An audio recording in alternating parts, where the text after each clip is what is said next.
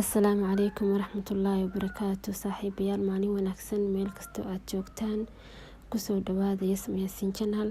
Haddii aad horey noola joogteen, muuqaalka like-ta nagu caawiya si dad badan ay u gaaraan ayna uga faa'iidaystaan.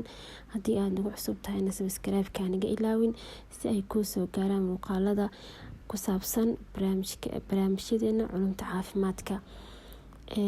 Maanta waxaynu ka hadli doonaa saaxiibayaal immunization-ka ama waxa loo yaqaano talaalka.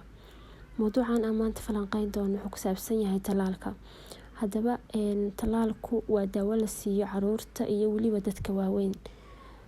Talaalku wuxuu ka samaysan yahay jeermiska cudurrada sababa, laakiin jeermiska uu talaalka ka samaysan yahay waa mid la dilay ama la tabardareeyay.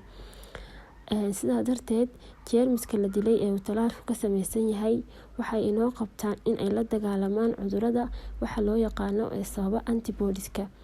Haddaba waa maxay antibody?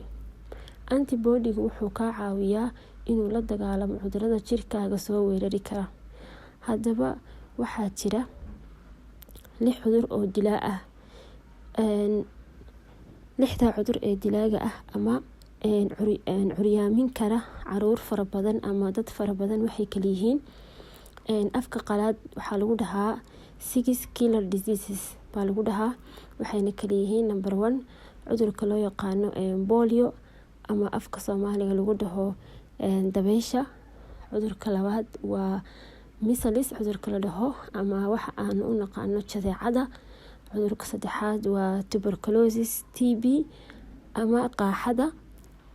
Cudurka afraad waa diphtheria afka Soomaaligana waxaa lagu dhahaa gowracato.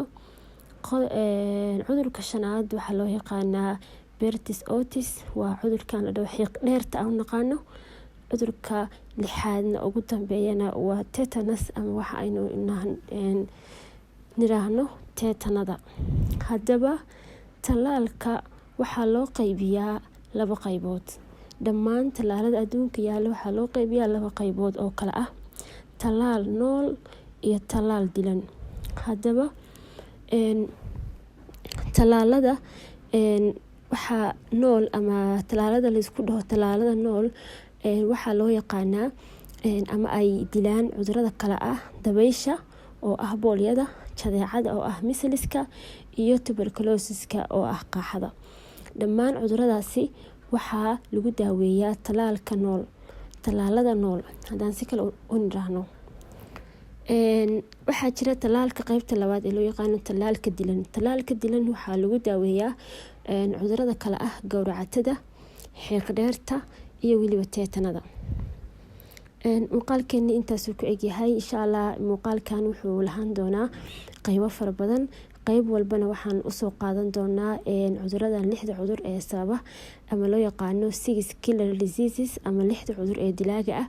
Mid walba waan dul istaagi doonaa anagoo falanqeyn doona mid walba talaalka ku habboon iyo weliba talaalkiisa goorta la qaato, meesha laga qaato iyo weliba qiyaasta la qaato intaba. Insha Allah muuqaalkeena maanta intaas buu ka egyahay. Assalaamu calaykum waraxmatullaahi wabarakaatu. Haddii aad ka hesho muuqaalka fadlan la sii share garay asxaabtaada si ay uga faa'iidaystaan.